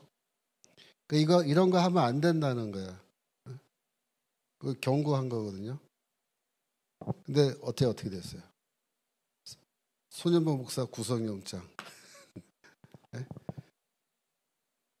얘네들이 우리는 너희가 하지 말라 그래도 우리는 한다. 그리고 김장한 목사님 계속 수사하고 있는데 측근이 그 극봉방송국 인사인데 증거인멸한 정황을 증거를 잡았다 하고 지금 어제 그제 뉴스에 나온 거야. 그러니까 저렇게 되면 어떻게 될까요? 구속영장 신청도 할 가능성이 커져요. 그 주변 인물부터 잡겠죠, 그죠? 근데 이게 뭐냐면요, 이게 하나의 사인이야. 미국에다 보내는 사인이야. 우리는 미국의 정면으로 이제 우리가 도전한다. 우린 너희들 말 안 들어. 우린 우리 갈 길 갈 거야. 그러니까 이재명이 그 한미 회담할 때 트럼프 앞에서 뭐 신문 기사에 아첨을 했다. 뭐 그런 기사 많이 났잖아요. 저는 이렇게 봤을 때 그거는 아첨이 아니에요. 그건 아양이야, 아양. 난 정말 이재명 대통령이 그렇게 아양이 넘치는 분인지 몰랐어요. 그냥 너무 막 아양을 막 떠니까 제가 보기에도 막 이렇게 낯이 붉어지는데 여러분 보세요. 민주당 내 주사파, 요새 자주파라 그러더라고요. 주사파, 자주파. 자주파들은 그거 보고 어떻게 느꼈을까요? 이재명의 그런 태도 보고 엄청 열받았을 겁니다. 엄청. 그래서 이재명이 귀국하자마자 건강이 뭐 안 좋다? 그 뉴스 나왔죠, 그죠? 건강이 안 좋아서 며칠 쉬어야 된다고 뉴스 나왔는데 그게 정말로 건강이 안 좋았을 그렇게 쉬었을까요? 그게 아니고 얘네들이 불렀어요, 이재명. 모처로 불러서 2박 3일 동안 엄청 그런 거 뭐라 그러더라? 쿠사리. 쿠사리 뭔지 알아요? 엄청 쥐어박으면서 뭐라 그랬을 것 같아요? 야, 이 자식아. 트럼프 앞에 가서 너 그래. 그렇게 아양을 떨어? 우리가 너 대통령 만들어줬더니 그렇게 쥐어박았을 거라고. 그래서 엄청 야단 먹고 나왔을 거예요. 이재명 정부의 실세는요, 사실 정부 안에 없어요. 정부 밖에 있습니다. 예를 들면은 김민석 총리, 그죠? 총리죠. 김민석이라 그러면 실세일까요? 아니에요. 진짜 실세는 누구야? 김민석이 형. 김민우이가 실세. 그런 사람이 실세라. 이런 아주 강경 주사파들은 미국의 뭐 관세 정책이고 뭐고 필요 없다. 우리는 미국과 한판 승부로 갈 거다라는 그런 결기를 지금 보여주고 있는 거예요. 그래서 이재명과 현 정부는 이 정권 실세들의 정책, 그들의 입장을 반영하면서 나갈 수밖에 없고, 그래서 이미 얘네들은 우리는 북중러 편에 서기로 결정했고, 미국이 뭐라 그러건 스테이블 코이건 무엇이건 관세건 뭐고 우리는 관심 없으니까 니네들 하고 싶은 거 다 해. 우리는 눈 하나 깜짝 안 해. 라는 그런 식의 태도를 지금 슬슬 보이고 있는 것 같아요. 이게 지금 별로 좋은 시나리오가 아니다. 이게 지금 좋은 시나리오가 아니야. 그래서 김정은이 결국 미국과 협상을 하고 김정은이 친미로 돌아서면 좋겠다고 우리는 기대를 하는데 지금 분위기 봐서는 김정은도 중국 편에 가서 지금 서 있는 거예요. 그러면은 이재명과 민주당은 어떻게 될까요? 뭐 최악의 시나리오는 한미 군사동맹 깨버리고 한중 군사동맹으로 가는 거고 이재명은 헌법 개정에서 연방제 통일로 나갈 수 있는 길을 열어놓고 평양으로 비행기 타고 날아가서 둘이서 손잡고 이렇게 사진 찍으면서 남북한 연방제 통일에 우리 합의했다 이렇게 선언하면서 곧바로 연방 헌법 만들어 가지고 발표하고 연방 국가 선언하고 뭐 이렇게 막 정신없이 나가면요. 그럼 어떻게 되는지 아세요? 대한민국 군대하고요. 북한의 인민군이 같은 나라 군대가 되는 거예요. 이렇게 되는 거예요. 그러면 지금 동북아시아의 힘의 균형이 이렇게 맞춰져 있거든요. 그래서 우리가 미국 동맹국가로서 미국, 일본 이렇게 해가지고 저쪽은 중국, 북한 뭐 이래가지고 지금 힘의 균형이 이렇게 맞춰져 있는 상황인데 대한민국이 그 한미동맹에서 빠져나와서 이쪽에 붙어버리면 어떻게 될 것 같아요? 힘의 균형이 무너진단 말이에요. 그러니까 힘의 균형이 무너지는 건 뭐예요? 전쟁의 사인이에요. 전쟁의 사인.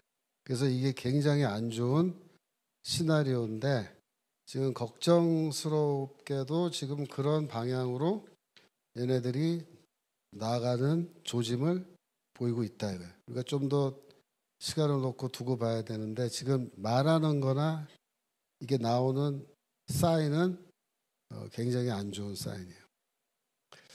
그래서 기도 많이 하셔야 됩니다. 기도 많이 해야 되고 우리가 이럴 때일수록 정신 바싹 차리고 이 세계 정세가 어떻게 돌아가는지 특별히 미국, 중국, 우리나라, 북한 그죠? 대체 이 상황이 어느 방향으로 가고 있는지를 아주 눈을 크게 뜨고 잘 봐야 돼요. 그래서 이게 어떤 형태로건 위기가 다가왔을 때 우리가 그거를 막아야 됩니다. 막아야 돼요. 첫 번째 막아야 되는 건 뭐냐면 헌법 개정을 시도할 경우에 헌법 제3조를 고치려고 하면은 이거는 적극적으로 막아야 돼요. 저는 매우 오래전부터 최후의 싸움은 헌법을 개정하는 걸 막는 싸움이다. 얘네들이 분명히 헌법 개정할 거고 그거를 막지 못하면 그건 정말 끝나는 거예요. 헌법을 바꾸면 그거는 더 이상 어떻게 해볼 데가 없어져요. 헌법을 바꾸는 거는 절대 막아야 된다. 특히 3조.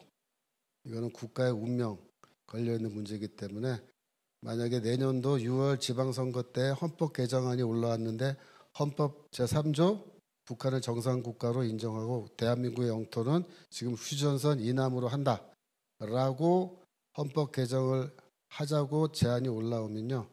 그거는 목숨 걸고 막고 싸워서 막아야 됩니다. 지금 현재 우리 상황은 그렇게 좋은 상황은 아니에요. 경제적으로도 굉장히 더 많이 어려워질 것이고 지금 국가적으로도 실업률 더 많이 올라갈 거고 여러 가지로 지금 상황은 안 좋아요. 그렇지만은 지금 우리 입장에서는 경제가 좋아지는 것보다 많이 나빠져서 2번을 찍었던 1번을 찍었던 사람들이 내가 이 손목을 잘랐으면 좋겠다. 내가 왜 1번을 찍었는고라고 하면서 후회하고 이재명 지지율이 곤두박질 쳐서 떨어지는 게 우리한테는 오히려 더 유리해요. 이걸 막을 수 있는 힘이 생기는 거예요.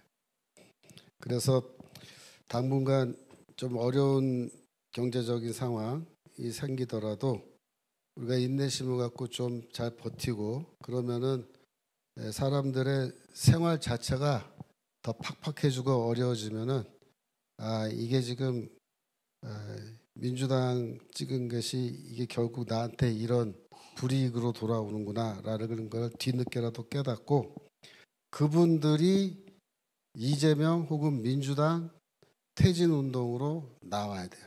당장에. 저는 그렇게 생각해요. 너희가 뽑았으니까 너희가 끌어내야 된다. 왜 우리가 끌어내야 되냐. 난 2번 찍었는데 일찍 1번 찍은 사람들이 너희가 문제를 일으켰으니까 너희가 해결해라. 우리 옆에서 박수 쳐줄게. 이렇게 해서 해야 되는 겁니다. 저는 그래서 제 예상은 2026년 여름입니다. 내년 여름경에는 이제 6월 달에 그 지방선거도 있고 하니까 그 어간에는 이제 큰 마지막 싸움이 한번 이루어질 수 있고 그 싸움을 우리가 지금부터 준비해야 된다. 네, 기도하면서 만약에 우리가 그때는 정말 대차게 국가의 운명을 걸고 이걸 막아야 되는 일이 발생하면은 그때는 그걸 막아야 된다. 이렇게 생각합니다. 잠언 21장 아까 31절 읽었는데요. 싸울 날을 위하여 마병을 예비하거니와 이김은 여호와께 있느니라 이런 말씀이 있습니다. 전쟁은 여호와의 것이니 그죠? 인간의 능력으로 우리가 할 수 없는 일들이 많고 우리가 이 전쟁에서 승리하려면 어떻게 하면 될까요? 마병을 많이 예비하면 될까요? 물론 그러면 좋겠지만 성경에는 그게 승리의 길이 아니라고 써 있어요. 승리의 길은 뭘까요? 하나님 편에 서면 돼요. 하나님 편에 서면요 반드시 뭐다? 승리하게 돼 있어요. 왜? 이김은 여호와께 있느니라. 제가 설교 제목이 뭐예요? 하나님의 편에 서자. 하나님의 편에 서자. 이 싸움이에요. 이 싸움. 우리가 중국과 미국의 이 세계적인 이 두 파워의 충돌, 그 한 중간 지점에 대한민국이 지금 있는데 이 싸움에서 어느 편에 서면 좋겠어요? 우리는 아무 편에도 안 서겠다? 그건 더 죽는 길이에요. 그런 건 없어요. 지금 둘 중 하나 선택해야 돼요. 그죠? 그래서 지금은 미국을 선택하는 게 그게 뭐다? 결국은 대한민국이 사는 길이고 그게 바로 뭐다? 하나님 편에 서는 거예요. 여러분 중국에서 시진핑이 하고 있는 일들 보고요. 미국에서 트럼프 대통령이 하고 있는 일 한번 보세요. 누가 하나님의 편인지 그거는 삼척동자도 다 금방 알 수 있어요. 그죠? 그래서 이 미국의 트럼프 대통령은 1기 때보다 지금 2기 때 훨씬 더 제대로 일을 잘하고 있어요. 제가 제일 기뻐하는 건 뭐냐면 미국이라는 나라가 문화적으로 너무 많이 타락해 있어요. 사실. 특히 교육 분야. 초등학교, 중학교, 고등학교 분야에서 이 교과서에서 그 동성애라든가 젠더 이슈 이런 거 갖고서는 막 엉망진창을 만들어 놨단 말이에요. 사회적으로도 그렇고. 근데 트럼프 대통령이 대통령 딱 된 다음에 이런 문제들을 지금 상당 부분 해결하고 있습니다. 왜? 트럼프 대통령을 대통령 만들어준 사람들이 누구예요? 미국의 복음주의 세력입니다. 복음주의 세력. 그래서 트럼프도 그 본인이 아주 신앙심이 깊고 그래서라기보다도 자기를 지지하는 세력이 이 기독교 세력이기 때문에 그런 보수적인 복음주의 기독교 세력이 원하는 것을 정책적으로 제가 강력하게 추진하는 거예요. 그래서 지금 미국의 이 소위 말하는 다문화주의 혹은 PC주의 여러 가지 이름으로 부릅니다만은 이런 잘못된 좌파 이데올로기죠. 완전히 윤리 도덕도 무너뜨리고 이 가정을 파괴하고 교회를 파괴하는 이런 잘못된 이데올로기를 이제 트럼프가 정책적으로 몽둥이 들고 두들겨 패서 이걸 다 깨트려가고 있단 말이에요. 그럼 그거 하나만 봐도 누가 하나님의 종으로 지금 쓰임 받고 있어요. 바로 미국의 트럼프 대통령입니다. 그래서 이 싸움에서 우리가 함께 해야 할 우리의 나라는 우리의 역사적인 동맹이고 정말 우리를 지금까지 많이 도와주고 함께 해온 미국이지 절대로 중국 아닙니다. 지금 중국이 우리에게 주는 그 해악은 말로 할 수 없어요. 그런데도 불구하고 이 중국 편에 서서 우리나라를 이 반서방 세력으로 끌고 들어가겠다고 하는 이 미친놈들이 있단 말이에요. 정신 못 차리고. 그러니까 우리 기독교인들이 먼저 정신 차려야 되고 우리가 이런 사실을 잘 알지 못하는 사람들에게 잘 설명해주고 설득하고 그 운동을 통해서 깨우쳐 나가야 되고 또 지네들이 스스로 깨닫고 돌아오게 되어 있어요. 그러니까 그런 거는 또 우리가 하나님이 하실 일이 있으니까 우리가 그런 걸 기대하면서 절대로 두 가지입니다. 낙심하면 안 됩니다. 낙심하면 안 되고 이 싸움에서 절대로 물러나면 안 된다. 인내심을 갖고 끝까지 싸워야 되고 그래서 낙심하면 안 되고 두 번째 뭐예요? 용기를 갖고 이 싸움에 우리가 출전해야 됩니다. 때가 되면은 꼭 싸워야 할 그런 시점이 와요. 네, 그때는 싸워야 됩니다. 네. 그래서 여러분들이 영적인 분별력을 갖고 우리가 살아야 되는 거예요. 그래서 저는 항상 강조하는데 이 성령의 충만한 삶, 그죠? 살아야 된다. 왜 그래요? 성령은 어떤 영입니까? 지혜와 지식의 영, 지식의 영입니다. 총명의 영이에요. 그죠? 여호와를 알게 하는 영. 그다음에 이 성령은 예언의 영이에요. 계시의 영이에요. 그래서 이 성령을 우리가 받고 성령의 충만한 삶을 살면은 하나님이 주시는 이 지혜와 총명과 지혜를 갖고 세상을 바라보게 돼요. 자기 삶을 바라보고. 근데 성령은 항상 우리에게 계시를 통하여 예언을 통하여 어느 방향으로 가야 될지를 알려주는 거예요. 구약 성경의 선지자들은 다 이러한 하나님의 영을 받고 계시의 영, 예언의 영의 도움을 받아서 이 백성들이 나아갈 길을 정확하게 제시하는 거예요. 근데 이 거짓 선지자들이 지네들이 거짓 선지하면서 참 선지자를 거짓 선지자라고 비난하고 백성들을 호도해서 죽음의 길로 끌고 들어가서 이스라엘이 다 망한 거예요. 그러니까 대한민국은 그렇게 되면 안 됩니다. 그래서 우리 믿는 사람들이 먼저 정신 차려야 되고 우리나라의 종교 지도자들이 다 정신 차려야 돼요. 저도 대한민국의 목회자들을 위해서 기도합니다. 대한민국의 목회자들이 하나님의 성령의 충만함을 받아서 진리와 비진리, 하나님의 뜻과 뜻이 아닌 것을 제대로 분별할 수 있는 그런 분별력을 갖게 해주시고 복음을 회복하게 하시고 이제 그들이 이 시대를 올바른 관점에서 잘 바라보고 이 주의 백성들을 올바른 길로 인도하게 해달라고 기도하는데 여러분도 기도하시기 바랍니다. 제가 기도하고 마치겠습니다.